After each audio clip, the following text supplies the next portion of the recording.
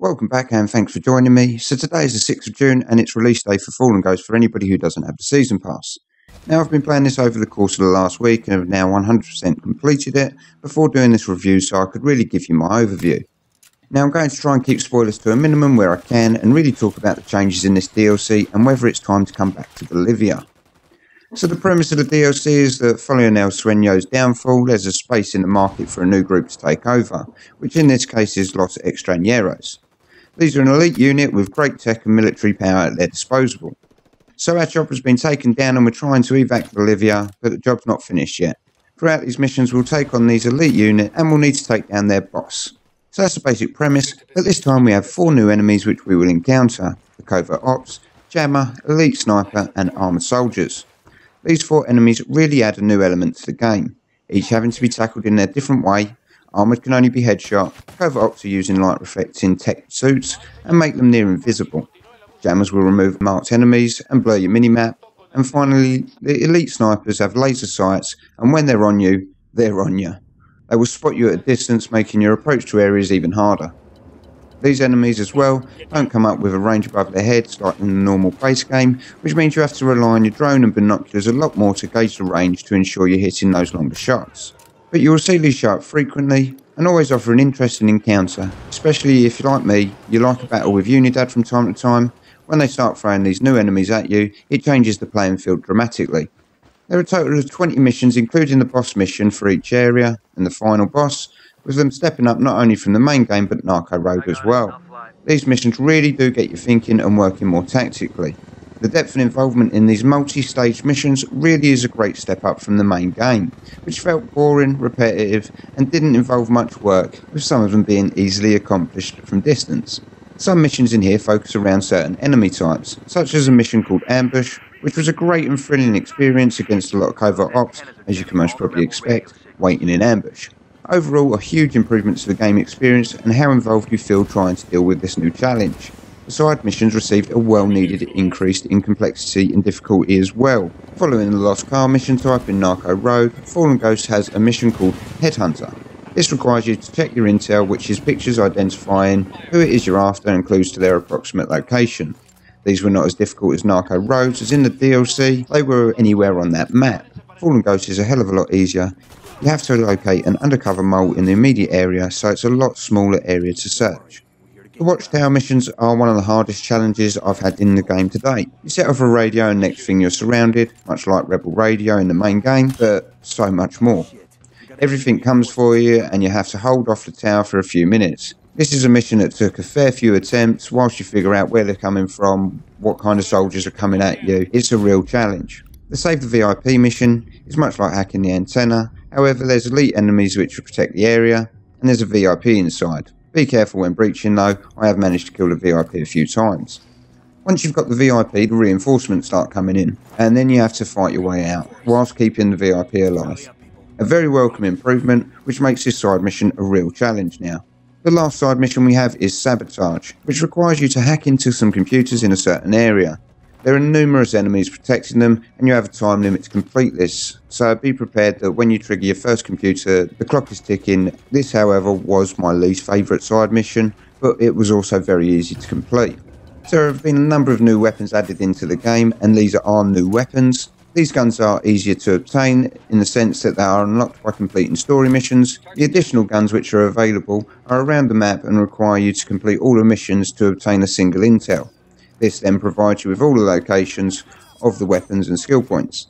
This I liked and found that during my playthrough I didn't use any of the set roll guns and stuck with my new toys such as the BFG and crossbow. These 2 weapons alone made this experience great for me. The sound of the BFG and the stealthy sneakiness of the crossbow changed the gameplay experience and playstyle. The whole DLC has a very tense feel to it. They have tweaked the weather system and it's noticeably different.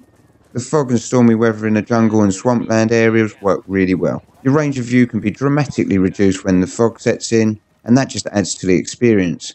However, when the sun rises and it's foggy, you're likely to be blinded by the lights. The music keeps you focused, alert, whilst also making your heartbeat a little bit faster as the tension draws in during missions. It truly is some of the best game music for the situation and made the whole experience a lot better. Even in one mission, there's some opera music which starts playing a little bit louder and louder as you get closer to the area and really helps build the tension. Trust me, when you get to it, you'll know what I mean, and it's fantastic. So is this DLC worth coming back to Bolivia for? Narco Road was not to everybody's liking, which is understandable, as it didn't fall in line with the main game's feel, and it had more of a, in quotes, GTA feel about it. I started off hesitant to that DLC, but did quite enjoy playing it once I looked at it as more of an arcade version of the game, a mini-game within the world. Fallen Ghost, however, despite still being a separate game, does require you to start a new character at level 30. You do get all your main skills from the game unlocked, but the level cap has been raised to level 35 to allow you to unlock these new skills for Fallen Ghosts. These new skills are explosive bolts for your crossbow, oxygen for increased underwater time, flash drone or attack drone, which are two new options to put onto your drone, drone vengeance, which makes your drone explode when destroyed by the enemy, bloodlust refills your ammo and health when getting close quarters kills, reaction marking auto marks your targets when you're shot, and bulletproof provides immunity to all damage for a few seconds when you are near death. Finally, once you've unlocked all of those skills, you get the additional perk of faster reload, which does help out a lot. There are some really nice changes, but sadly none of them are making their way into the main game. As with all Ubisoft's DLCs, it appears that they will be add-ons to the main game, but not influence the original content. However, Fallen Ghost is a fantastic way to come back to Bolivia to kill a bit of time.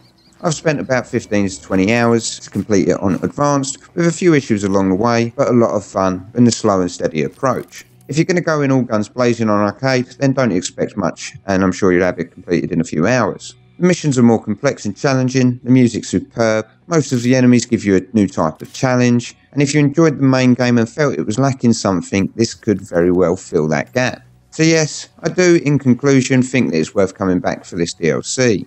This is the best bit of content for Wildlands to date. It's a real redeemer and will give you a good challenge, however it's not going to get you playing the game day in, day out. There is no meaningful character progression across the DLCs, or new items to really strive for which are going to change the main game dynamics. Now, E3 is just around the corner and we know that Ubisoft have been looking at their deployment plans for PvP. This came out in the Q&A session which they did a few weeks back, and I did a breakdown of what could be the future after Fallen Ghosts. But for them to get players coming back day in, day out, it's going to require PvP. Hopefully, the deployment plans for Wildlands PvP and E3 have crossed over somewhere and we'll finally get a release date, potentially some gameplay, and maybe some people will be lucky and get some hands-on gameplay at the event. As soon as I know any more news though, I'll sure to keep you informed, but I hope this has helped you with an overview of Fallen Ghosts. Like I said, I think it is a great bit of content and it's well worth getting back into the game for. But as always, it's great to hear from you, so let me know what your thoughts are below. But until next time, take care.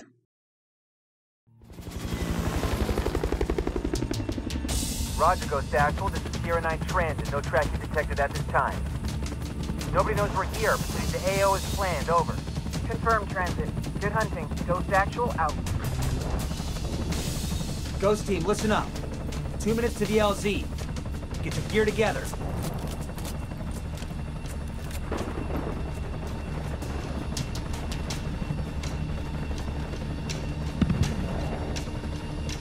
Sandwich!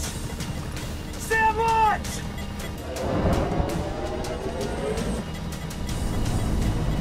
Where the hell did that come from? It's right on us!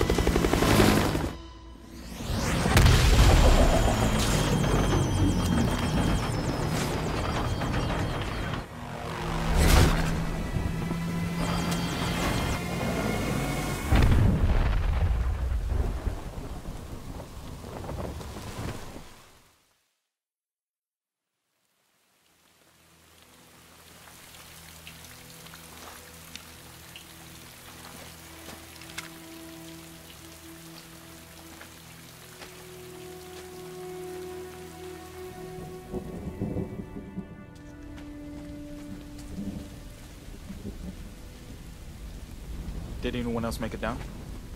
Just us.